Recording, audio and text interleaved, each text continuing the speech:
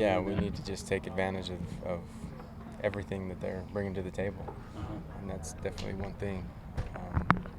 It just depends on if there's a discrepancy between the defensive back's height and their height, then we'd be dumb if we didn't throw it up to them. Mm-hmm. How much will this open the field for the other guys? Maybe the tight end too, and McKay. Well, it won't do anything unless we really get them the ball and out on the edges and let them run, some deeper routes. If we can do that and defenses have to account for that and respect that, then it just makes everybody's job a little easier. It just opens everything up. But that's going to depend on how well we do distributing the ball and giving it to them.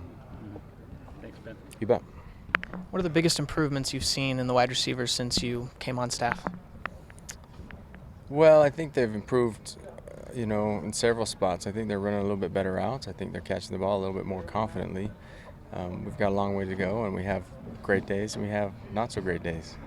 So the challenge is just being great every single day and maintaining phenomenal focus despite muscle strains and nicks and bad turf and all sorts of different distractions.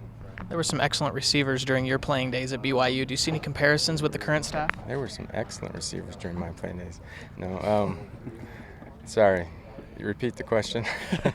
You're just thinking about yourself, huh? I know. Any comparison to the group that you have now as the group that was led by the great Ben Cahoon back in the 90s? Well, they're different guys. They're different type of athletes, and we've got some big, tall guys, and then we've got some shorter, quicker guys. So Ross and Cody are the tall guys, and that's a different type of. They're not the typical receiver that we've had at BYU. But we've got to do a good job of maximizing their talents and letting them run. And they're big, tall, and they're fast, and we need to try to make sure we don't make them start and stop too many times, because that just flips the advantage back over to the defense if we let those big, tall guys, if we force them to stop all their momentum and then get going again. Whereas those shorter guys, they've got a little bit better feet and they can get in and out of a break a little bit better and use that to their advantage. Coach Doman said last week that he was looking at the 96 team that went 14-1 to see what they did well, and he said one big thing was the same 22 guys that started against Texas A&M were starting 12 or 13 weeks later, so he said health was a big factor. What other things do you remember from that 96 season that you did well that needs to happen for this team this year to be successful? We had great tight ends, that's for sure, and we just had playmakers all over the field on offense. We had receivers that made big plays throughout that year, tight ends that were just very steady and consistent, as well as good running backs. So we were a balanced team.